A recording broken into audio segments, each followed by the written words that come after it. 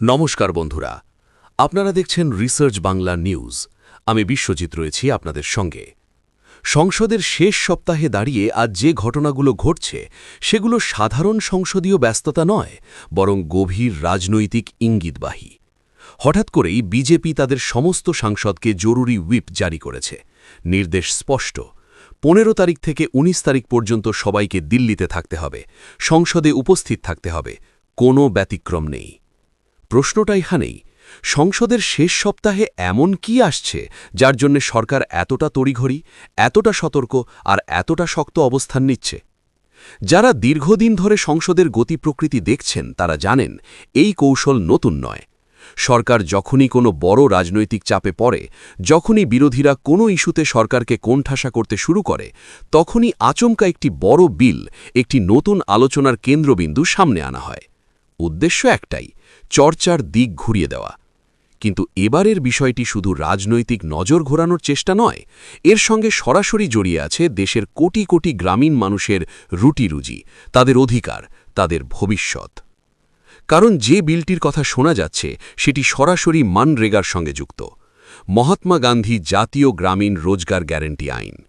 ড মনমোহন সিংয়ের সরকারের সময় আনা এই আইন শুধুমাত্র একটি সামাজিক প্রকল্প ছিল না, এটি ছিল অধিকার ভিত্তিক একটি আইন। গ্রামীণ ভারতের মানুষের জন্য 100 দিনের কাজের আইনি গ্যারান্টি। কেউ কাজ চাইলে সরকার বাধ্য, এই ছিল এই আইনের আত্মা, এই ছিল এর শক্তি। এখন যে খবর সামনে আসছে তা অত্যন্ত গুরুতর। সরকার নাকি এই আইন কার্যত তুলে দিয়ে একটি নতুন আইন আনতে চলেছে। নাম বদলাবে, কাঠামো বদলাবে, দর্শন বদলাবে। প্রস্তাবিত নতুন নাম বিকশিত Bharat guarantee for employment and livelihood mission.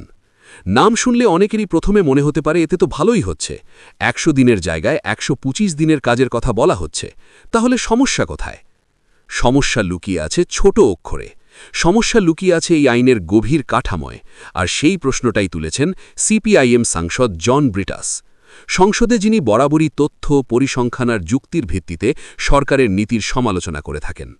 তার বক্তব্য স্পষ্ট, এই নতুন বিল শুধুই নাম বদলের বিষয় নয়, এটি মানরেগার আত্মাকেই বদলে দিচ্ছে। সবচেয়ে বড় পরিবর্তন এসেছে অর্থের দায়িত্বে। মানরেগা ছিল সম্পূর্ণভাবে কেন্দ্র সরকারের অর্থায়নে চলা একটি আইন। শ্রমিকের মজুরি দেওয়া ছিল কেন্দ্রের আইনি বাধ্যবাধকতা। নতুন প্রস্তাবে সেই কাঠামো ভেঙে আনা হচ্ছে 60:40 অনুপাত, অর্থাৎ মোট খরচের 40% দিতে হবে রাজ্য সরকারকে। এর মানে কি? এর মানে কেন্দ্র ধীরে ধীরে নিজের দায় ঝেড়ে ফেলছে আর বোঝা চাপছে রাজ্যগুলোর ঘাড়ি।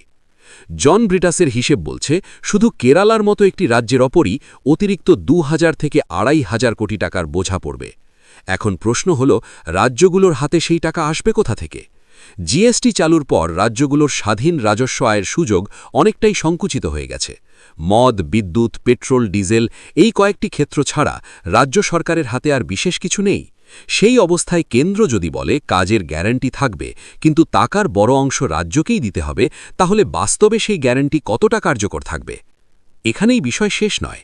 মানরেগা ছিল ডিমান্ড বেসড, শ্রমিক কাজ চাইলে সরকার বাধ্য ছিল কাজ দিতে। নতুন প্রস্তাবে সেই অধিকার ভিত্তিক চরিত্র ভেঙে ফেলা হচ্ছে। কাজ দেওয়া হবে বরাদ্দের ভিত্তিতে, ফান্ডের ভিত্তিতে, অর্থাৎ টাকা থাকলে কাজ, টাকা শেষ হলে অধিকারও শেষ।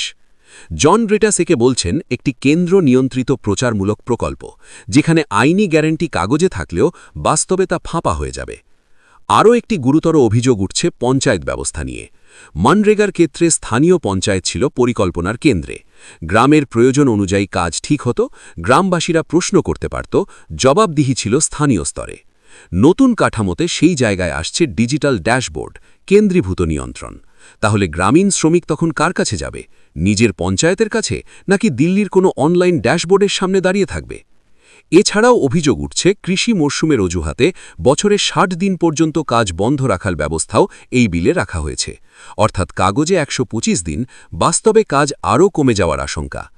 এই সব অভিযোগ সামনে আসতেই বড় প্রশ্ন উঠছে, তাহলে এত তাড়াহুড়ো কেন? সংসদের শেষ সপ্তাহে হুইপ জারি করে কেন এই বিল আনার চেষ্টা? সরকার কি জানে এই বিল নিয়ে সংসদে তীব্র প্রতিরোধ হবে? তাই কি সাংসদদের উপস্থিতি নিশ্চিত করে রাখা হচ্ছে? এদিকে দেশ জুড়ে আরও বহু জরুরি ইস্যু পড়ে আছে। ভয়াবহ দূষণ, দিল্লি এনসিআরে এয়ার কোয়ালিটি 700-800 ছুঁয়েছে। জনস্বাস্থ্য বিপন্ন। কর্মসংস্থান, মূল্যবৃদ্ধি, কৃষক সংকট এই প্রশ্নগুলোতে সংসদে গভীর আলোচনা প্রয়োজন। অথচ এমন একটি বিল যার কোনো পূর্ব ঘোষণা ছিল না, যার ওপর জনপরিসরে কোনো বিতর্ক হয়নি, সেটি হঠাৎ করে আলোচনার কেন্দ্রে চলে আসছে। সবচেয়ে সংবেদনশীল দিক হল মানরেগার নামের সঙ্গে যুক্ত মহাত্মা গান্ধীর নাম সরিয়ে দেওয়া। সরকার বলছে এটা শুধুই নাম বদল। বিরোধীদের বক্তব্য এটা আদর্শগত লড়াই। আরএসএস বিজেপির দীর্ঘদিনের গান্ধী বিরোধী অবস্থানেরই প্রতিফলন। কিন্তু বিরোধীরা স্পষ্ট করে বলছে সমস্যা শুধু নাম নয়, সমস্যা পুরো আইনের দর্শন বদলে দেওয়া। এই মুহূর্তে বিলটি এখনও সংসদে পেশ হয়নি। সাংসদদের মধ্যে খসড়া কপি বিতরণ হয়েছে। জেপিসিতে পাঠানো হবে নাকি তাড়াহুজি পাশ করানোর চেষ্টা হবে তা এখনও স্পষ্ট নয়। কিন্তু হুইপ জারি করে সরকার যে সংকেত দিয়েছে তা পরিষ্কার। সরকার জানে এটি অত্যন্ত সংবেদনশীল একটি বিষয়। শেষ পর্যন্ত প্রশ্নটা রাজনৈতিক নয়, প্রশ্নটা সামাজিক। গ্রামীণ ভারতের শ্রমিকদের জন্য কাজের গ্যারান্টি কি আর অধিকার থাকবে, নাকি তা বাজেটের দয়ার ওপর নির্ভরশীল একটি স্কিমে পরিণত হবে? রাজ্য সরকারগুলোর ওপর আর কতটা আর্থিক বোঝা চাপানো হবে? আর সংসদের শেষ সপ্তাহে এই তাড়াহুড়োর আসল উদ্দেশ্যটাই বা কী? এই প্রশ্নগুলোর উত্তর এখনও অধরা।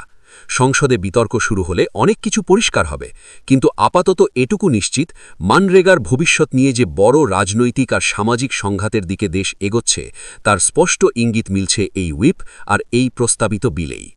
বন্ধুরা, আপনাদের কি মনে হয়, এই নতুন আইন কি সত্যিই গ্রামীণ মানুষের স্বার্থে, নাকি এটি কেন্দ্রের দায় ঝেড়ে ফেলার আরেকটি কৌশল?